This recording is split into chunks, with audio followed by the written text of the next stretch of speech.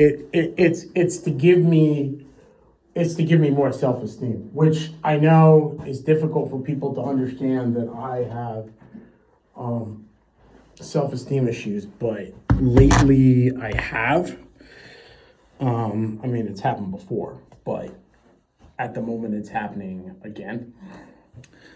And I want to be, just adjust you here. And I want to feel better about my physical presence. And as a result, that means that I'm considering filming myself, what the impact of that has on me, which is a positive impact because I don't watch the videos back and I don't really share them. I mean, obviously I'm sharing it here because you good people are important to me, but what I'm not doing is staying focused on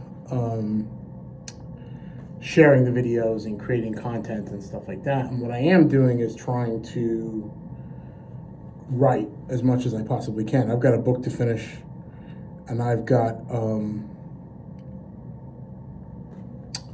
work to find. But, as a result, one of the parts of the writing process that I'm in is that I have to get the stuff that's in my head out, and that's the stuff that's blocking the way of the stuff that belongs in the book. So, so basically what I'm saying is I have a book to finish, and there is stuff in my head that needs to go into the book, but there's stuff in the way. And the reason why there's stuff in the way is because that's the way my mind works.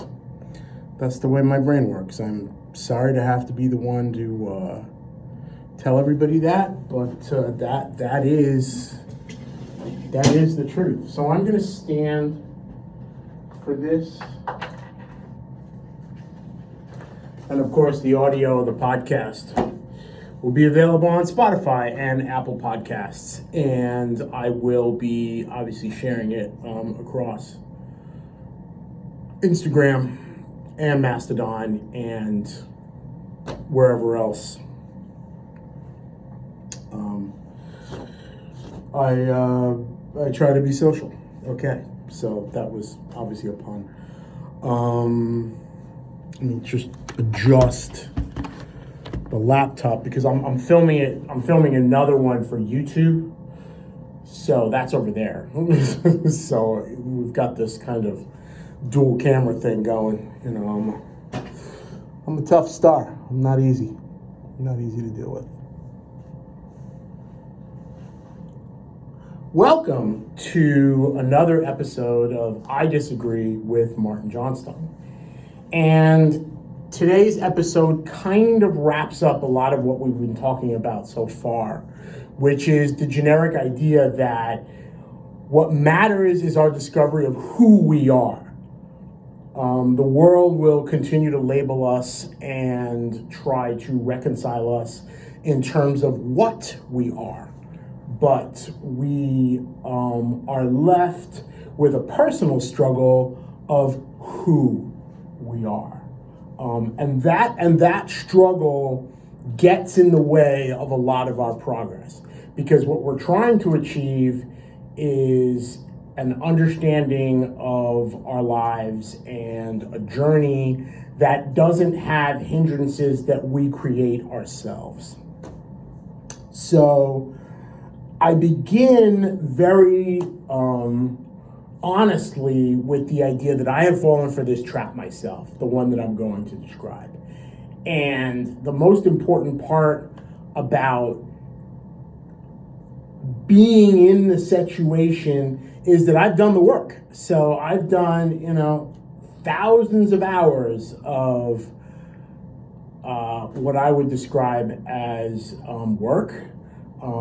There's been talk therapy, there has been some psychotherapy, there's been some hypnotherapy, And there's been a lot of my understanding more about myself and who I am versus what I am, and how I was raised to think about what I'm going to be, not who I'm going to be. And I was challenged with what I was going to accomplish as opposed to who I was going to evolve into, and understand more about the idea that the person that I'm becoming is capable of all of the things that I want to do, as long as they are true to them and not feeding my shadow and not focused too heavily on my conflict, which is the relationship between my shadow and my true self. And of course, there is the open dialogue that I have about Jekyll and Hyde, which I may or may not get into today. I may actually talk about that next week. Thank you for tuning in to I Disagree with Martin Johnstone. I hope that something I say has some impact, makes some sense, and is important. And obviously, I'll leave the live up on Instagram for anybody to watch, and it'll be on YouTube as well, which is a burgeoning experiment in terms of where video goes to wait to be deleted or lost in the blackout. All of the gods and all of the monsters and all of the heavens and all of the hells are within us. That is Joseph Campbell. Joseph Campbell wrote The Art of Fiction, and Joseph Campbell wrote Grendel, which was an exploration of the art of fiction. Grendel is the Beowulf myth, but it's from the monster's perspective. And that feeds very heavily into the idea that there is the strange case of Dr. Jekyll and Mr. Hyde, but there is no understanding of the story from Hyde's perspective, because of course I argue that Hyde comes first, that we are who we are, and we create the perfect version of ourselves, or as much of a perfect version of ourselves, because we are programmed and born into believing that there is a possibility for a perfect version of ourselves, and that we can actually go through life without failure, without making mistakes, and by being divine, which of course is, not true at all. The truth is that what Joseph Campbell was explaining was that there is one form of narrative, and that is, who am I? And what, to quote Charles Anthony Dunn, have I created to make my world the way it is?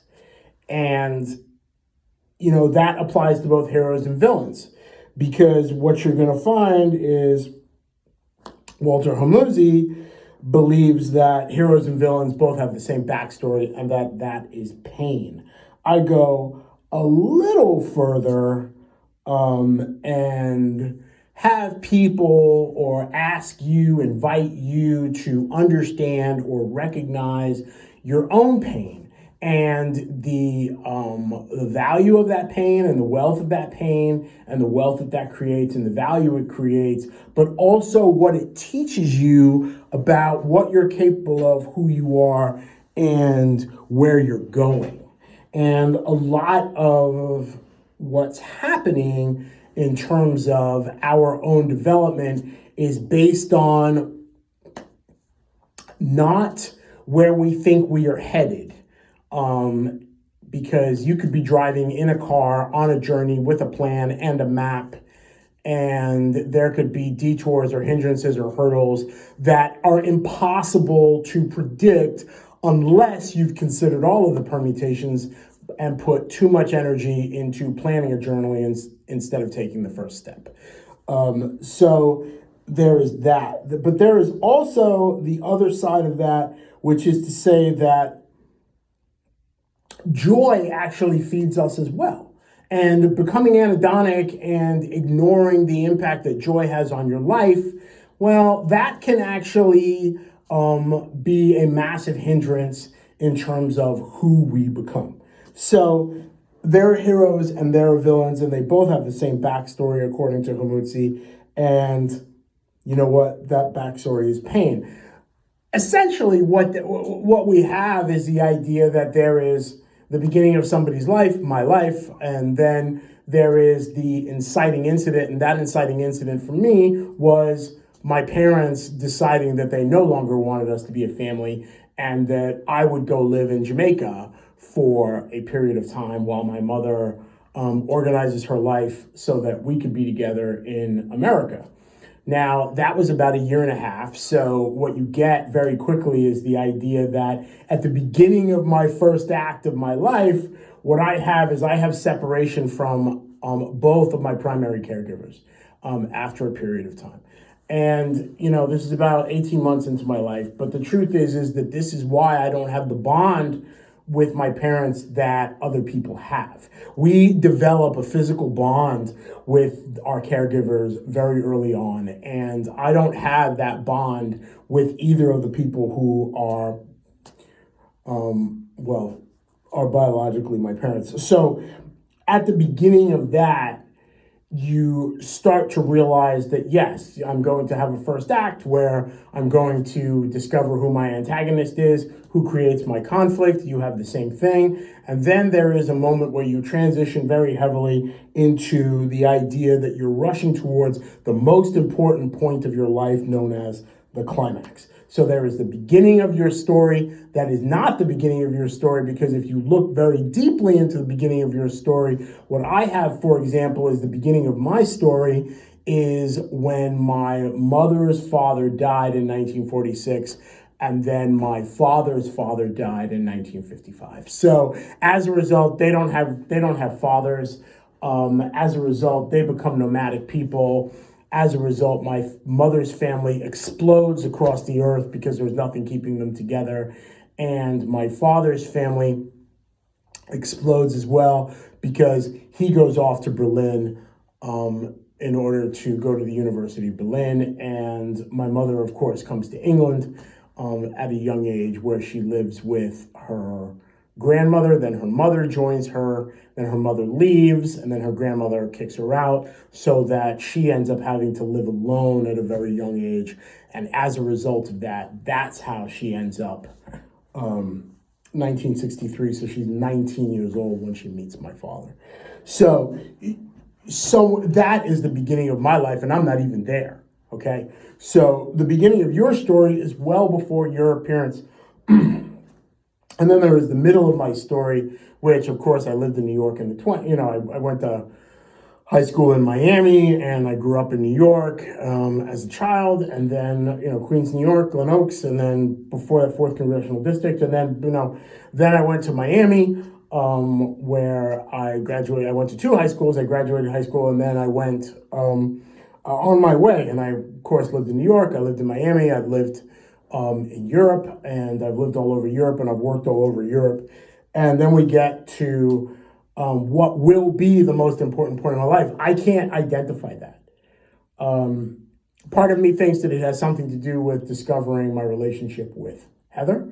Part of it might have to do with Georgia. Part of it might have to do with my friendship with Mindy. There is a culmination of things that lead towards the most important moment in my life. I may already have had it. I've survived illness. I've survived cancer. I've,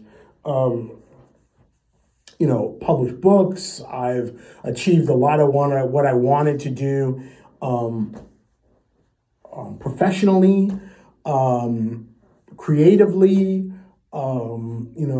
Obviously, there's more of a life for me to live because I buy into Project 100, Heather's narrative, and I buy very much into the idea that being robust, planning to age robustly is better than aging frailly and losing control. So very much in all of that ramble, what I will tell you is that it's unique and it's mine and yours is yours. And that's why we have to stop buying into the same old ideas about who we could be.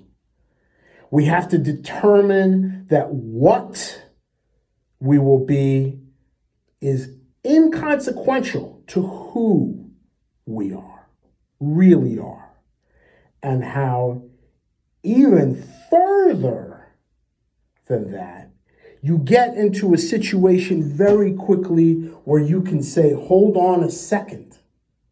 Is he saying that we have been yes, we have been programmed to believe that who we are fits into shapes that already exist.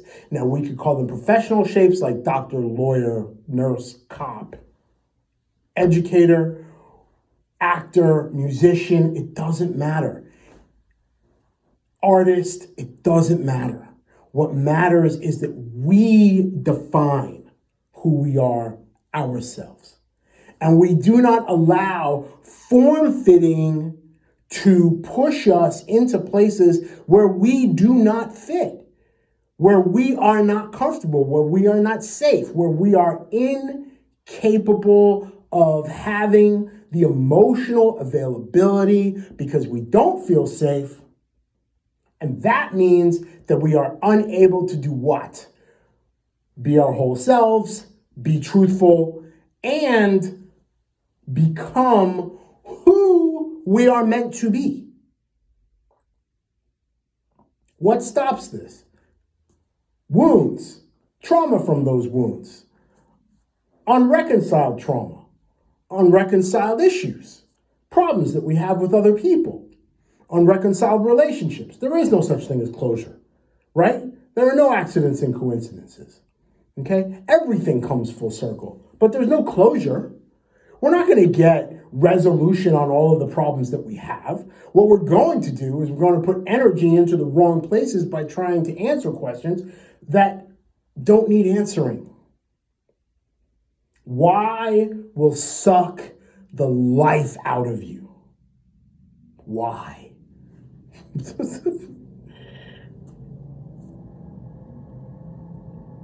I invite you to consider the 6-word short story as more of an understanding. A Disney film, a Pixar film, okay? A Marvel movie, a DC movie, the Barbie movie. No book or play, no Macbeth, Cymbeline, A Midsummer Night's Dream. None of them define you. This belief that we have is what Campbell is talking about when he says all of the gods and all of the monsters, all of the heavens and all of the hells are within us. This belief that we have that the world is already created for us to experience is outrageous. Charles Anthony Dunn says we created it. The truth of the matter is that I urge you, invite you to consider the 6-word short story by Hemingway as more of an understanding of the way this universe works, which is for sale, baby shoes, never worn. We are left with so much mystery, and we are left with so much understanding of the fact that mystery is what drives us. And this constant need for reconciliation is what sucks the energy out of our ability to be who we really are.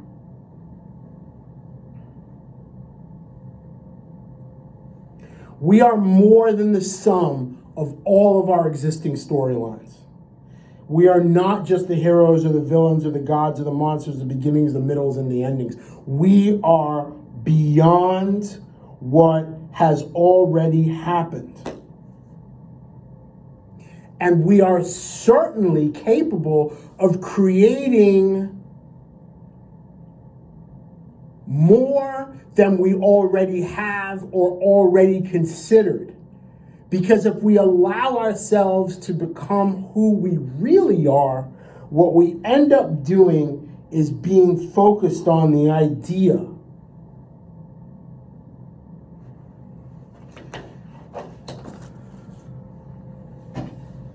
focused on the idea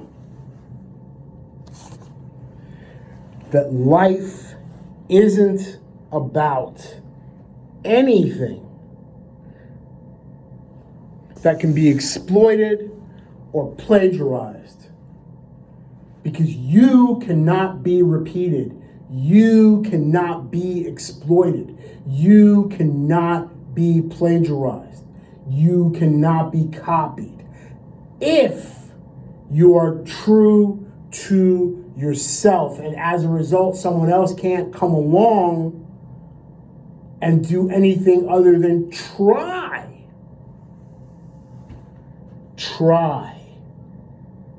and do what you've done. Can't be done. You can do what you are meant to do based on who you really are. So let's forget all of the tropes and all of the cliches and all of the characters that we are told that we are. Let's forget all of the things, the forms, the names, the labels that we are given to try to adhere to, conform to. The greatest act of rebellion in the universe is to create something true to yourself. And I invite you to do that. I know this goes against everything we're told. Everybody likes to say that the most formative relationship is that of Adam and God, before Adam complains and says, I'd like a friend, and God makes Eve. But that doesn't compute. The world isn't like that. We aren't given what we ask for. We're given what we work for. And we're given what generous people see as what they can gift us.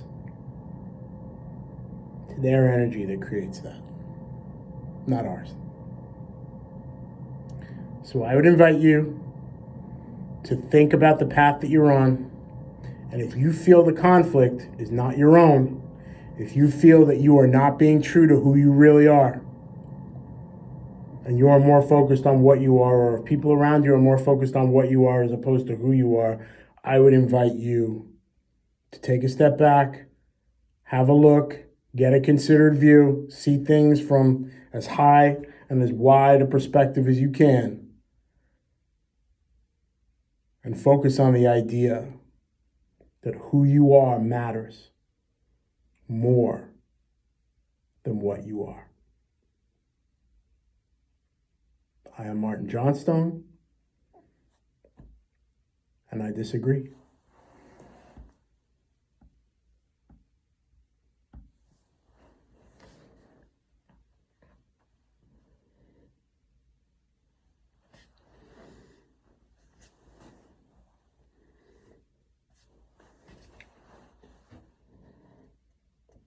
Mm-hmm.